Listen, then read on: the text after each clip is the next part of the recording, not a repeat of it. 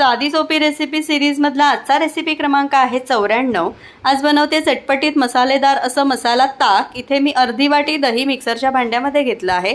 आता मसाला ताक बनवण्यासाठी एक ट्रिक सांगते। इथे मी हे काही क्यूब्स आहेत ना मसाल्याचे ते बनवून ठेवले आहेत, ज्यात मी 1 वाटी कोथिंबीर, अर्धी वाटी पुदिना, 1 हिरवी मिरची, तसंच थोडंसं जिरं, आल्याचा तुकडा घातला आहे आणि थोडंसं काळं मीठ घालून मिक्सरमध्ये वाटून घेतलं, त्याची पेस्ट करून घेतली। आता ही पेस्ट मी आईस ट्रेमध्ये घातली आणि मस्त असे क्यूब सेट करून घेतले फ्रीजरमध्ये।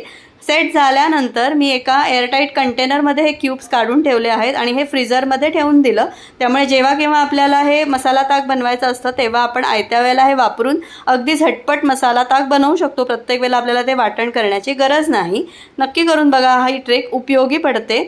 आता इथे याच मिक्सरच्या भांड्यामध्ये मी दह्यामध्ये हा एक क्यूब घातला आहे, जिरे पावडर घातली आहे, हिंग घातला, काळं मीठ घातलं आणि मिक्सरमध्ये फिरवून घेतलं। स्मूथ अशी पेस्ट करून घेतली।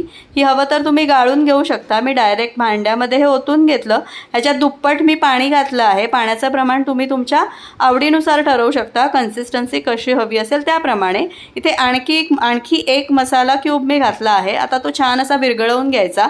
सुरुवातीलाच आपण 2 क्यूब घालू शकतो वाटताना, पण मी थोडंसं मसाल्याचा अंदाज घेऊन तो घालते, त्यामुळे मी नंतर यामध्ये मसाला क्यूब ॲड केला। आता त्यामध्ये काळं मीठ वगैरे आहे, त्यामुळे साधं मीठ घालताना एकदा टेस्ट करून बघायचं, नाहीतर खारट होण्याची शक्यता असते। इथे मी आता साधं मीठ घालणार आहे।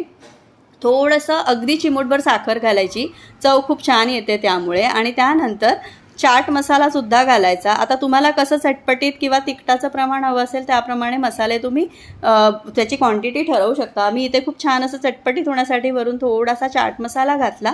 आता सगळ्यात शेवटी बारीक चिरलेली कोथिंबीर घालायची। बारीक चिरलेली कोथिंबीर घातल्यानंतर हे तुम्ही असंच सुद्धा सर्व करू शकता किंवा फ्रीजमध्ये ठेवून जर ते आपण सर्व केलं तर खूप जास्त छान लागतं।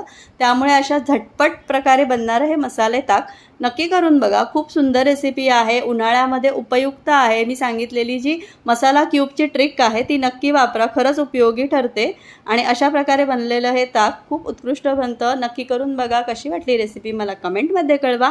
आवडली तर चॅनलला लाईक करा, शेअर करा, सबस्क्राईब करा। माझे व्हिडिओज तुमच्या फॅमिली फ्रेंड्स ग्रुपमध्ये शेअर करा। आधीचे व्हिडिओ बघितले नसतील तर बघून घ्या। थँक्यू।